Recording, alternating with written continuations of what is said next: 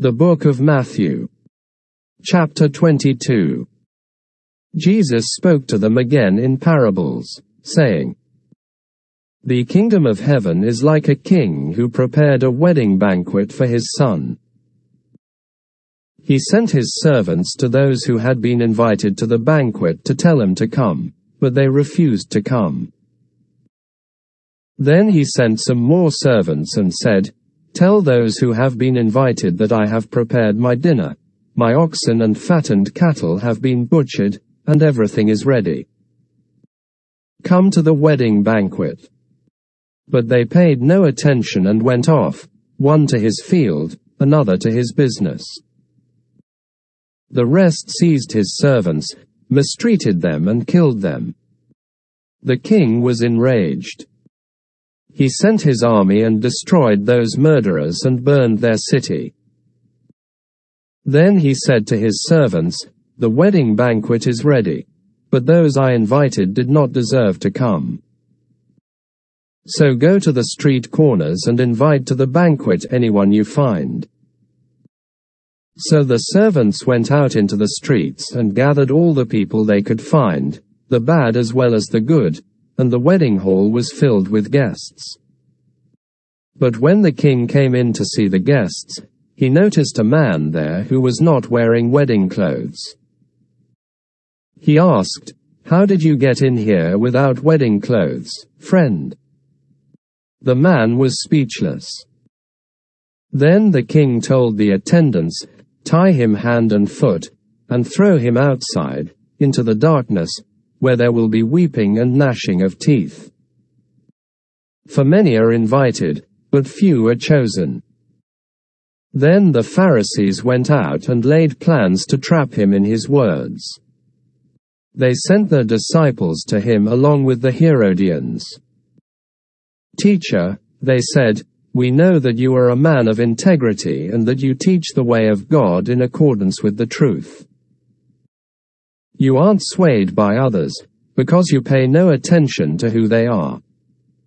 Tell us then, what is your opinion? Is it right to pay the imperial tax to Caesar or not? But Jesus, knowing their evil intent, said, You hypocrites, why are you trying to trap me? Show me the coin used for paying the tax. They brought him a denarius, and he asked them, Whose image is this?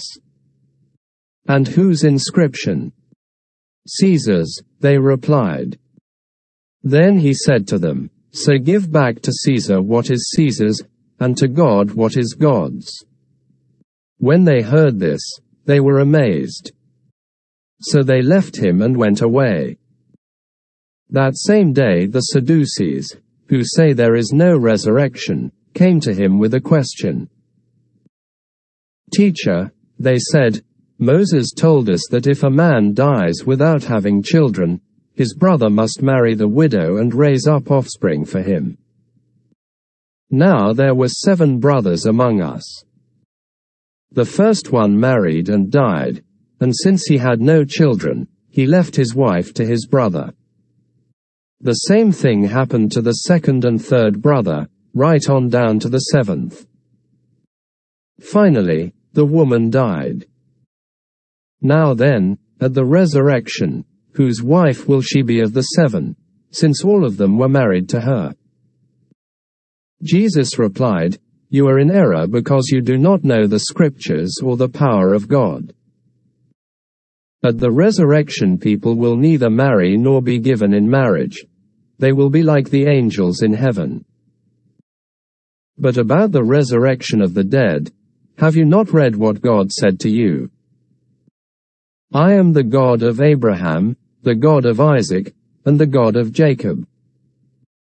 He is not the God of the dead but of the living. When the crowds heard this, they were astonished at his teaching. Hearing that Jesus had silenced the Sadducees, the Pharisees got together. One of them, an expert in the law, tested him with this question. Teacher, which is the greatest commandment in the law? Jesus replied, Love the Lord your God with all your heart and with all your soul and with all your mind. This is the first and greatest commandment. And the second is like it. Love your neighbor as yourself. All the law and the prophets hang on these two commandments.